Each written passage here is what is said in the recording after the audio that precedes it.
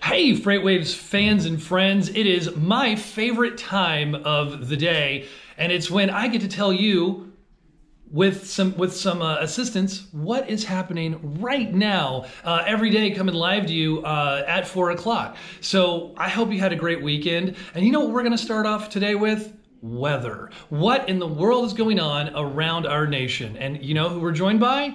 None other than Nick Austin, Chief Meteorologist of FreightWaves. Nick, what do we got going on? Chad, we've got more snow, but it's wintertime, so we expect that, right? Yes! Snow and also some freezing rain across parts of the Midwest. Well, so snow can be good or it can be a big problem. It can be a big problem sometimes for truckers. It's great for kids who, want snow days. But this is happening now across parts of northern Michigan, the UP of Michigan, that's the upper peninsula. A mess. It is a big mess. There's also some freezing rain. These areas of red right here. So some freezing rain, lots of snow. It's going to be several more inches of snow up in those areas during the day today. That's all going to move into the northeast overnight and through the day on Tuesday. So up in parts of the northeast, like from around State College, Pennsylvania, western New York, all the way up through Maine, we're going to see more snow. There's going to be also pockets of some freezing rain, icy roads, as well as some sleet. So it's going to be kind of a messy day tomorrow up in parts of the Northeast and New England as well. And wind, you're asking me about wind earlier. Yes, I hear that, we should be singing the Ode to the West Wind. That's right. Because there is a lot of windy areas all over the West right now. The main problem spot, again, is Wyoming. And okay. I'm talking about pretty much the entire state of Wyoming. So Interstate 80, which runs across southern Wyoming, very, very strong crosswinds. Interstate 25 in southeast Wyoming too. So that's right around through these areas right here. This is Cheyenne, Wyoming right here. So I-80 and I-25 kind of cross near there. So right across that southern part of Wyoming, central Wyoming, very, very difficult, really actually risky for deadheading. And as far as hauling light loads, it's going to be really, really challenging. So we're talking about wind gusts of 65 to 75 miles per hour. So. Along that very line, I heard today on the Road Dog radio show that in the Omaha area, there wind gusts of up to 54 miles an hour. Really? Wow. Interesting. So I mean, that's some rough stuff. Seattle got hit really hard over the weekend with a lot of wind too. There's still probably about 40 or 50,000 people in the Seattle area without electricity, so they're continuing to restore electricity up there, all the crews. Now, the one other trouble area that's really going to hit the U.S. for Tuesday and possibly Wednesday will be some really heavy rain in Northern California. So they told us to expect that last week. Now it's coming. Okay. And they're not used to heavy rain. I mean, they get rain in the wintertime, but it could cause some more mudslides. It's going to hit some of the areas where there were some brush fires and large wildfires last year. And so what we call the burn scar areas from those wildfires. Yes. So there could be some debris from those areas kind of flowing down into some of the valleys, mudslides. That happened over the weekend as well in some parts of California. So that could happen again in Northern California tomorrow. Well, we want them to get their precipitation, but we're thinking about them out there in California. But that could block some of the routes that truckers might need to get through. The Pacific Coast Highway, US 101, routes like that. So they'll just have to watch out for that. So so an unusual rain way out west where we would expect lots of snow and precipitation up here where we would also expect, but just be careful. That's right. With the wind and a mess of rain here in the central. Part of the of our map, and that's moving into the northeast tonight. Northeast. Yeah, that's right. So and I think a cold front moving into the southeast. Is right, that but we're not going to see for a couple of days. Not really going to see a lot of rain across the southeast though. Maybe later in the week there could be some heavy rain and maybe localized flooding in parts of central Texas, but. For the next few days, it's going to be pretty quiet from Texas and across the southeast. Not much happening. Except some colder weather. Yeah. Right. Okay. Well, thanks, Nick Austin, for bringing what's happening right now and a little bit of a tip onto what's happening with weather throughout the week. But I know truckers and drivers, they want to know what's happening right now. So really appreciate that update. And now we are joined by Sonar account executive Brad Guinane, who's going to bring us some interesting information about volume, about overall tender market share, and about some interesting things we're seeing with tender rejections. So, Brad, welcome, and Tell us what's going on. Yeah, thanks for having me. I'm excited to be here. So I just want to create kind of a baseline for our conversation here. So the first thing that we're going to look at here is at a national level. We're going to look at the outbound tender volume index. Yeah, tell us what that is. What for FreightWaves listeners who are just now tuning in may not know about what tenders represent. Tell us what this means. So we're effectively based on transmissions of over $200 billion in annual freight transactions. We have created an index with a 10,000 base point value on March 1st of 2018. And we're tracking national, well, we are also tracking 135 geographic regions, inbound and outbound of those regions. But for this explanation, we're tracking national load volumes. And why this is important and why we like to look at it is it gives us an idea of the overall health of the freight markets. It gives us an idea of increases and decreases of freight volumes, again, on a daily basis, and how they're changing right now and which direction that they're going. And what are we seeing? So this is the blue line we're looking at, which is represents the volume. Ooh, we see a big trough here as we're heading into 2019, and now suddenly this is what's happening right now.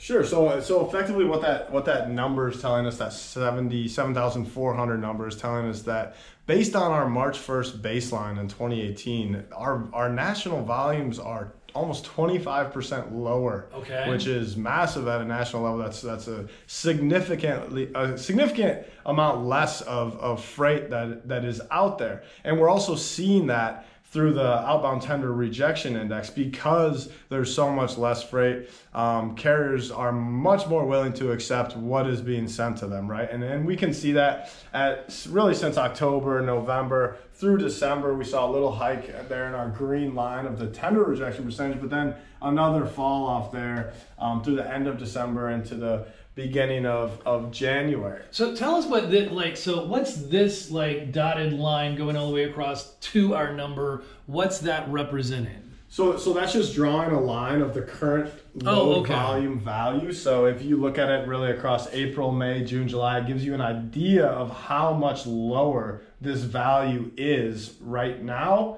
compared to what it was up around 11,000.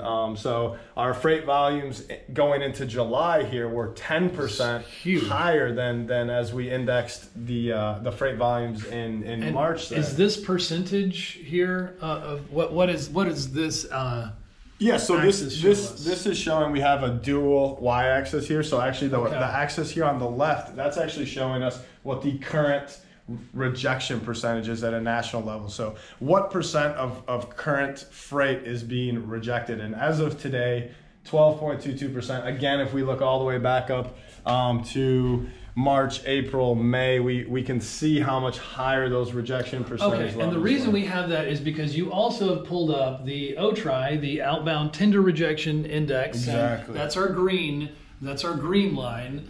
Tell us why you've brought both of these up together. I think it gives our listeners and our Sonar users an idea of the relationship of load volume and the willingness to accept or reject freight, which then gives us an idea on a near-time basis what is happening in the market. What is the pressures being put on the market? Is it volume related? Is it not enough capacity? If we see volume hikes and we see rejection still low, that kind of tells us that there's plentiful capacity in the market to handle those volume hikes, right? And it's a really interesting chart you brought up because it does, I think, it tells a story. So over here in March, what we see is the volume of March of 2018, right? So the volume is matching the tender rejection volume index, but then it goes down a little bit. Then we have this huge dramatic fall off, or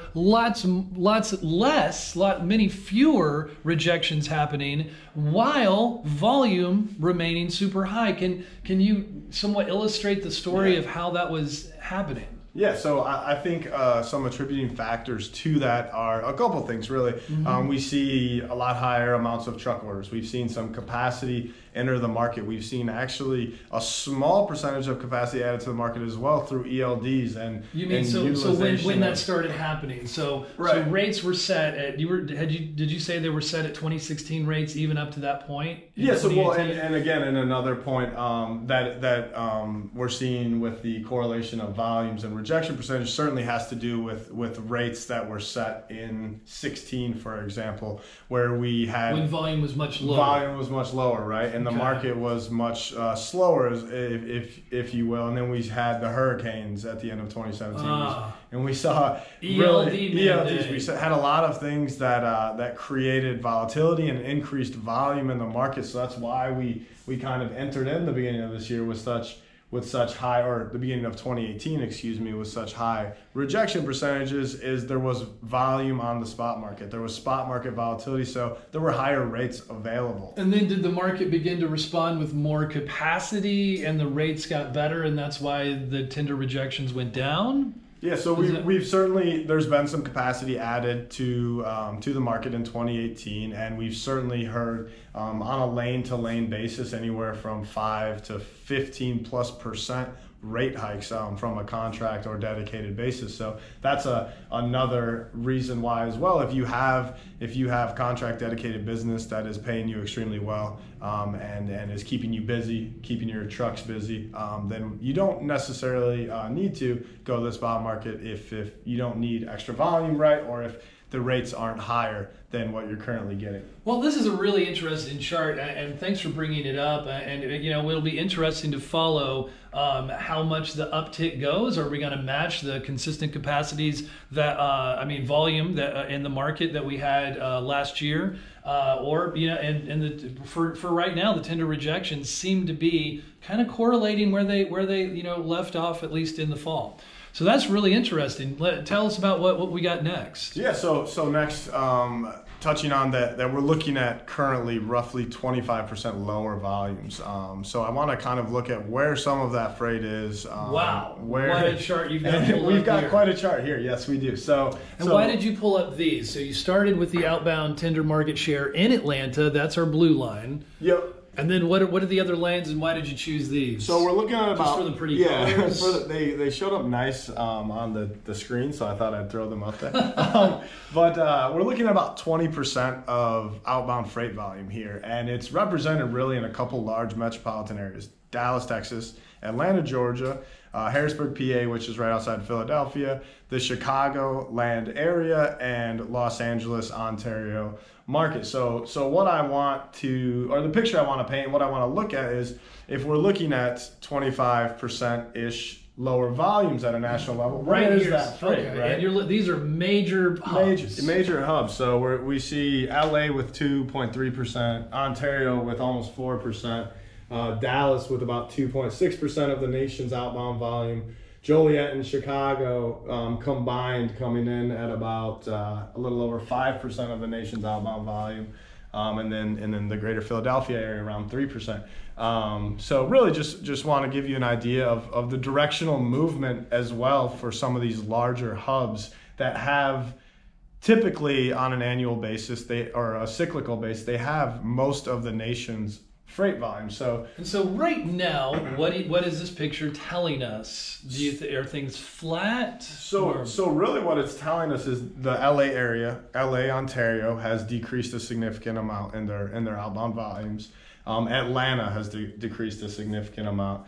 Dallas has decreased a significant amount. Really most regions, other than in the yellow, we've got Joliet, and in the Really just Joliet, to be honest. It's the only thing that didn't really trend down with, and what else do we have there? Dallas as well is kind of hanging in there a little bit with its market share.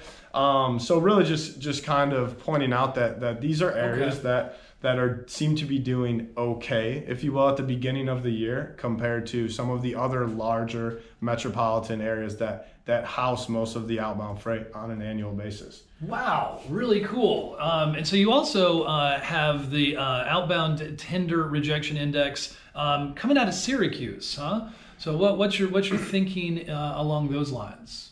Yeah, I think And looking at and going back to the tender market share, Syracuse, of course, going to be quite a bit lower in its market share, a little less than 1%, or less than 1%, I should say. Is Syracuse a big market? It's not huge. It's a large part of upstate New York, though, so not really a hub, if you will, of outbound freight volumes. But nonetheless, we've seen a pretty much doubled the tender rejection percentage here at the beginning of 2019, which I thought was pretty interesting. I think as we listen to Nick Austin, our chief meteorologist, something that may have to do partly with weather that may be hitting the Northeast here in the later parts of this week. Well, but because to me though, this looks like it's on a significant.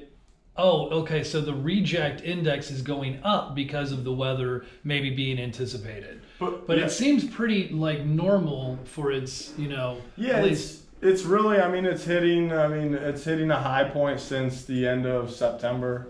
So really over the past couple months has been relatively low with not much activity. There's a significant amount of volatility there because it being a lower volume. But very low in November and December. People were really taking that freight. Yeah. And now we're seeing, as of like right now. Right now, exactly. Yeah. And that's why we're here. It's right now. That's why we're here. And we'll jump to our next. Let's check that out. Potentially weather. But also we've seen a little bit of a resurgence in their volumes. If we look at their outbound volume index, which most of our regions are going to see that dip around holidays or those troughs. Right. But we're seeing, a little bit of an increase and continuing to trend up. So something that maybe just keep an eye on, I would say, in terms of right now and being that it's a Monday, and see what it does over the next few days, Tuesday, Wednesday, throughout the week. Awesome. Thanks so much, Brad Guinane, bringing it here for us on FreightWaves Now, where we're bringing it to you every day at 4 o'clock. Tune in and check us out on Twitter if you have an account, and on our FreightWaves channel, just FreightWaves.com. Happy Monday. Stay safe out there and keep a weather eye on what's going on.